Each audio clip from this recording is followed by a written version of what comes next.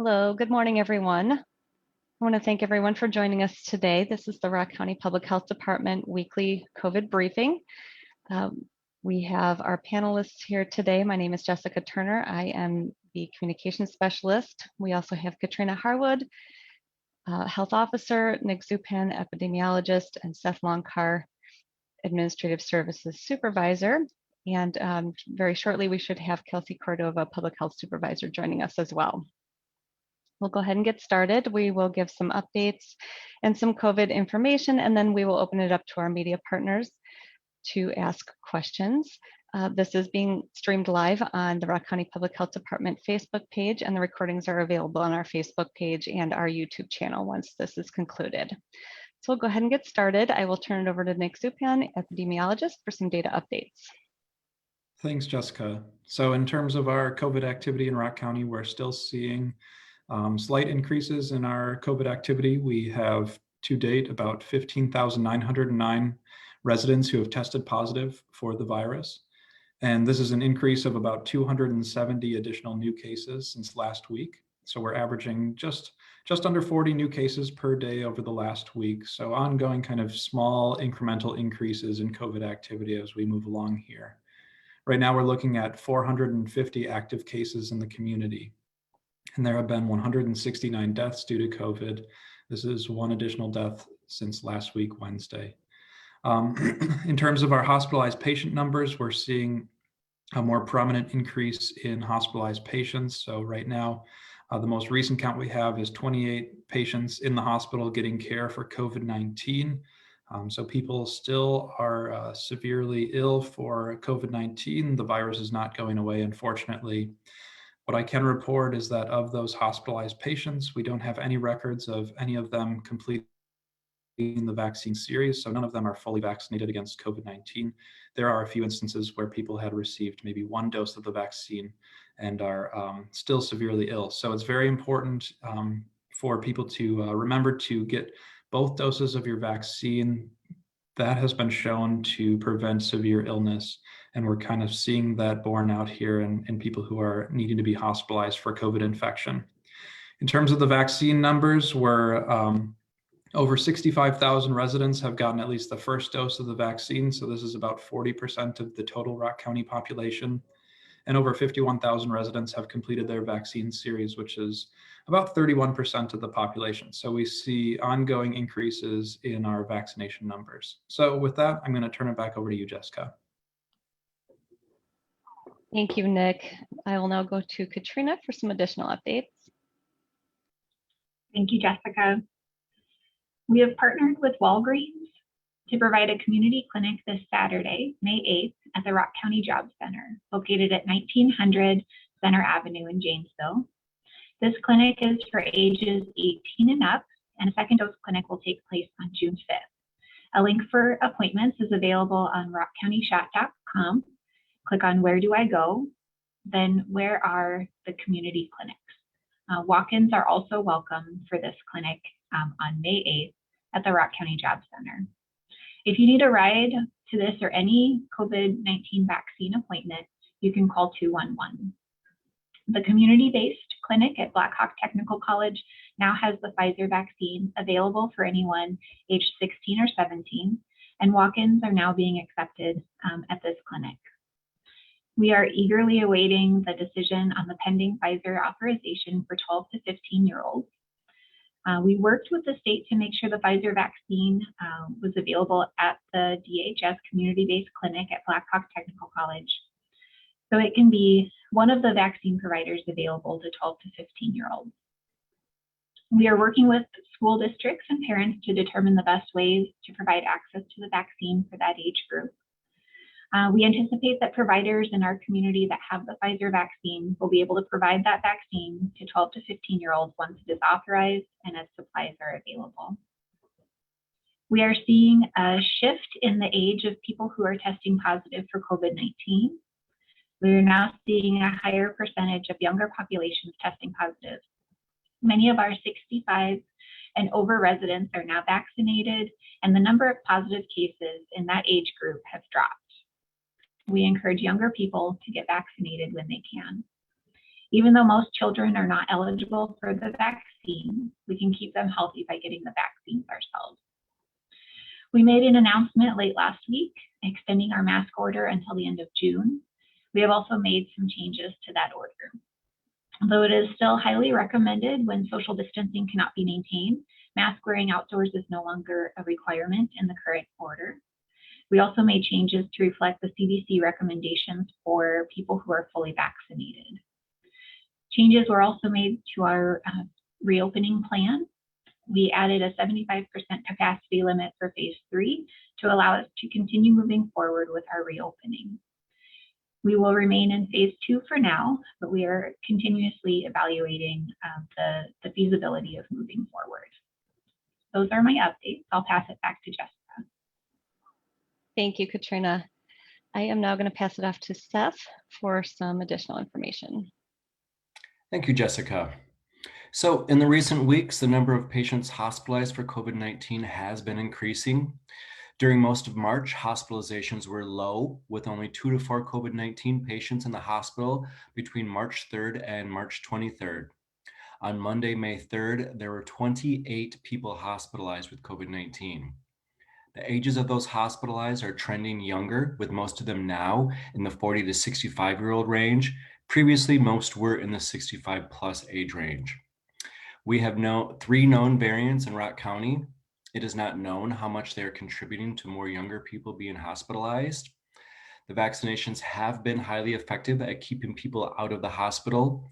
Of those recently hospitalized, none of the patients found in our records were fully vaccinated. We encourage everyone to get the vaccine as soon as possible. These vaccines are safe and they work very well against COVID-19. So just a little bit more about safety. The COVID-19 vaccine builds on decades of scientific research. Clinical trials were conducted with thousands of people from all races and ethnicities. The FDA authorized its use only after it was proven to be safe and effective. No other vaccines have been as closely monitored as the COVID-19 vaccines. With over 1 million Americans fully vaccinated, we can be confident that these vaccines are safe. So just a little bit more about how they work. The Pfizer and Moderna vaccines have been proven to be 90 to 95% effective against COVID-19. Rare breakthrough cases tend to be asymptomatic or very mild. COVID-19 infections in Rock County residents in the 65 plus age group have remained lower than other age groups since the majority of them became vaccinated. Those aged 15 and under have been an increasing portion of local and national COVID-19 infections. People who cannot be vaccinated can be protected if those around them are vaccinated. With that, I'm going to pass it back off to Jessica. That is the end of my updates.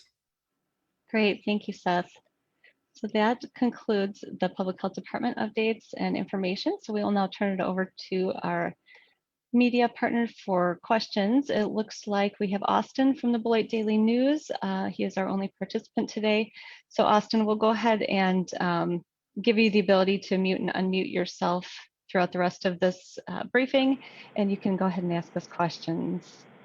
All right, thanks guys. I appreciate you taking the time again. Just wanted to, just off the top, just as a forecast or an outlook for the summertime as more people begin to think about making summer travel plans, is there any sort of outlook of what the caseload might look like or the hospitalization load might look like as we head into these summer months? Thank you. I can start by answering that question. We do regular projections of what the case activity might be in the next 3 weeks. So we don't extend beyond 3 weeks because it becomes very difficult to make those kind of projections in a quantitative way. One of the things that's really going to determine what the case activity looks like in the summer months is the vaccine uptake. If we can get as many people vaccinated in the next month, it would be, we would make a lot of progress towards preventing COVID spread when people do, go on summer vacations and things like that.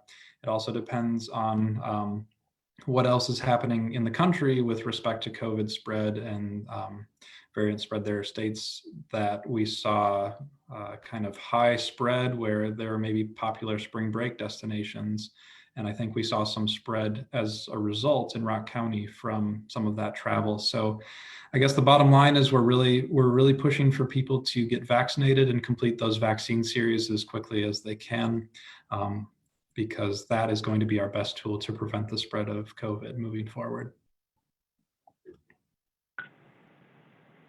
And just for my next question, with the variant testing being done by the state, can you talk a little bit just about that process of the sampling of how many tests are sent to be reviewed by the state to determine the presence of variants in the county?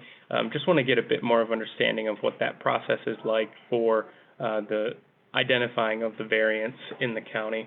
Thank you. Thank you for the question, Austin. I will say that this process has been evolving as new variants have been identified.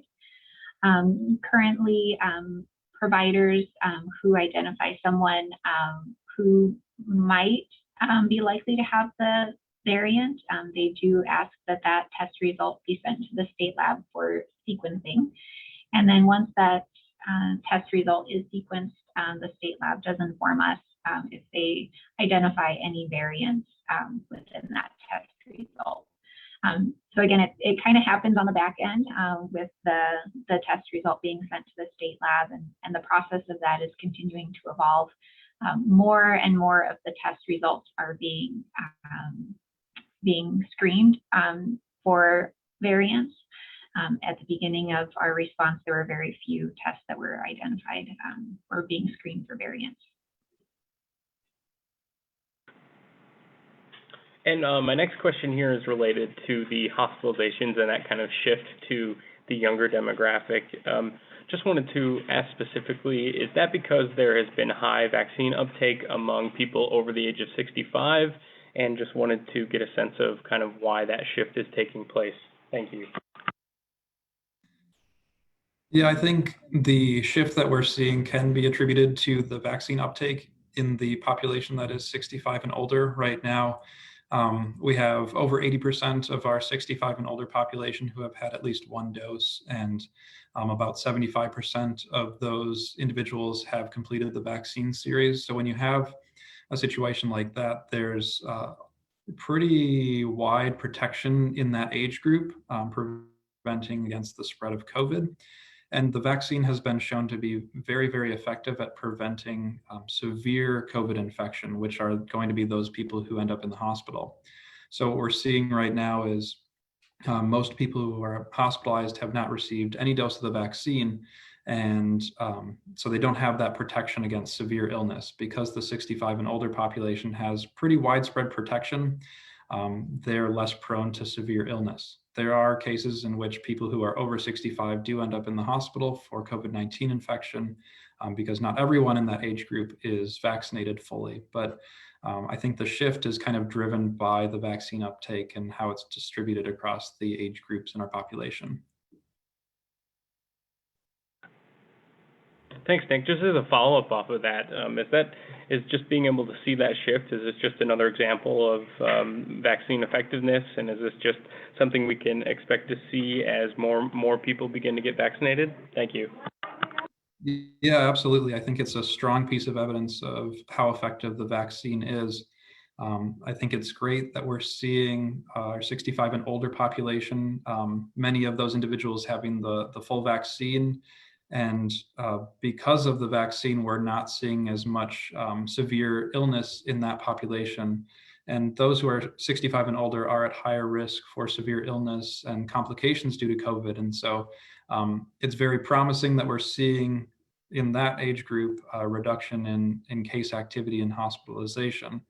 And we'd like to see this continue across the age spectrum. And so that's why we're kind of promoting the effects that we've seen among the 65 and older population, and the decrease in case activity and the decrease in hospitalization rates. And just a question of, I know this hasn't been approved yet at the federal level, but just on the horizon as we look towards vaccinations of younger people, ages 12 to 16. How many more people would that add to the county's numbers for total eligibility? Because I know we had some numbers kind of at the beginning when vaccinations first started in December. We kind of got those numbers for how many people who were over the age of 65. Just wanted to kind of get a sense of what those numbers could look like for younger people in the county. Yeah, based on population estimates for individuals who are kind of fit that 12 to 15 age category, we're looking at about 11,000 additional individuals in Rock County who will be eligible for the vaccine. So we will be adding a significant chunk to those who are eligible, and that will be excellent in terms of our fight against the virus and the spread of the virus if we can get more and more people vaccinated in that younger age group. And this is just my last question here, just related to what we've kind of talked about over the last 2 weeks or so as we see some demand begin to wane for the vaccine. Just wanted to get a sense of the importance of being able to offer what we're seeing now in terms of walk-in clinics. We know that Beloit Health System, for one, is going to be announcing a few dates here coming up where people don't need appointments, and they had said yesterday that was a really effective tool in increasing vaccination access, but also increasing vaccination uptake. Is that something that's going to be a pretty valuable tool going forward as supply continues to kind of catch up and outweigh demand? Absolutely. Right now we have groups of individuals who they want to get the vaccine. They just want it to be convenient and to fit within their lifestyle. So having the walk-in clinics available throughout the county at different locations at different times is a great step forward in making the vaccine more accessible. We're very excited that the community-based vaccine clinic at Black Hawk Technical College is taking walk-ins now. We're also very excited that they are also providing the Pfizer vaccine to increase access for the younger population, 16 to 17, who were unable to access the vaccine through that location previously. So this is absolutely a great thing, and likely will be a path moving forward for us.